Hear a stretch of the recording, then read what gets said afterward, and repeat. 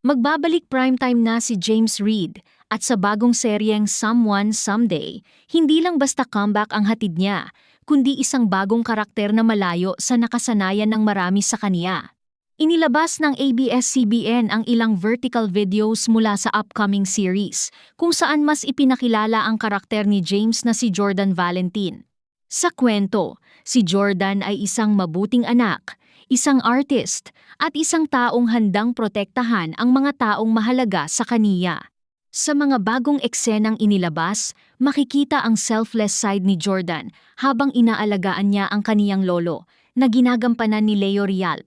May mabigat ding pinanggagalingan ang karakter dahil konektado sa kaniyang buhay ang hindi pa nareresolbang kaso ng pagkamatay ng kaniyang ina. Ipinakita rin sa scene drops ang relasyon ni Jordan sa best friend niyang si Billy na ginagampanan ni Catherine Bernardo. Laging nakabantay si Jordan kay Billy at sa isang eksena, umabot pa siya sa pisikal na komprontasyon sa karakter ni McCoy De Leon para protektahan ito. Bukod sa pagiging protector, ipinakita rin ang charm ni Jordan bilang isang artist na passionate sa musika. Sa isa sa mga inilabas na eksena, makikita siyang kumakanta sa isang mas intimate na performance.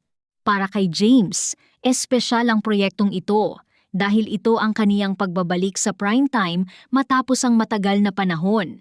Sa Medyako noong Tuesday, July 14, sinabi niyang pakiramdam niya ay ito na ang tamang panahon para bumalik sa pag-arte. Ayon kay James, hindi pa siya nakakaganap ng ganitong klasing karakter, kaya excited siyang makita ng viewers kung paano nila bibigyang buhay ni na Catherine Bernardo at Madja Salvador ang kanilang mga role. Sinabi rin ni James na hindi siya masyadong nahirapang mag-adjust sa pagbabalik sa acting. Pero inamin niya nakakaiba ang experience dahil first time niyang makatrabaho si Catherine bilang leading lady. Ayon sa kaniya, gusto nilang gumawa ng bagong combination na hindi pa nakikita ng audience. Hindi raw nila gustong ulitin ang dati nang napapanood ng mga tao, kundi lumikha ng fresh at brand new experience. Ibinahagi rin ni James na pareho silang kinabahan ni Catherine noong mga unang araw ng taping. Nang sabihin niya kay Catherine na kinakabahan siya dahil hindi pa siya nakatrabaho ng ibang leading lady, sinabi raw ni Catherine na naiintindihan niya ang pakiramdam. Doon niya naramdaman na pareho silang nasa iisang page. Dahil hindi sila masyadong nakapag-bonding bago magsimula ang filming, malaking tulong umano nang bigyan sila ng production ng pagkakataong makapag-cast bonding. Doon nila mas napag-usapan ang maliliit na detalye, quirks, at dynamics ng kanilang mga karakter na sina Jordan at Billy. Sa mas malawak na kwento ng serye, si Billy ay isang independent woman na inaalagaan ang kaniyang nakababatang kapatid na si Oliver na ginagampanan ni Migs Casimiro.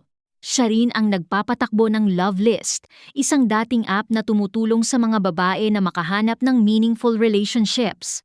Mukhang maayos ang buhay ni Billy, pero unti-unting magbabago ang lahat habang lumalalim ang friendship nila ni Jordan. Kasabay nito, papasok naman sa buhay niya ang misteryosong karakter ni Madja Salvador na si Abby, na may itinatagong agenda. Para kay James, ang acting ay ibang klase ng creative experience kumpara sa music. Ayon sa kaniya, personal at grounded ang music, habang ang acting ay nagbibigay ng pagkakataong pumasok sa mas malalaking sitwasyon, mas malalaking emosyon, at mga bagay na hindi mo karaniwang mararanasan sa totoong buhay. Abangan din ng viewers ang mga kantang tampok sa serye, kabilang ang Pauwi Na at Sandal, na konektado rin sa pagbabalik ni James bilang singer-actor. Kasama rin sa cast ng Someone Someday, sina Dimples Romana, Roel Santiago, Rita Avila, McCoy De Leon, Daniela Straner, at introducing Migs Casimiro. Ang serye ay idinirek ni na Chad V. Vidanes at Dolly Dulu. Unang mapapanood ang Someone Someday sa Netflix sa July 24, susundan sa I Want sa July 25, at magsisimula naman sa July 27, 8:45 p.m.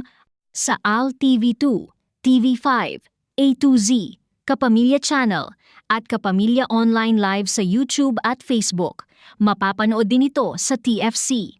Sa ngayon, mataas ang excitement ng fans dahil ito ang unang proyekto ni na James Reid at Catherine Bernardo bilang on-screen partners, at sabay nitong minamarkahan ang malaking pagbabalik ni James sa primetime.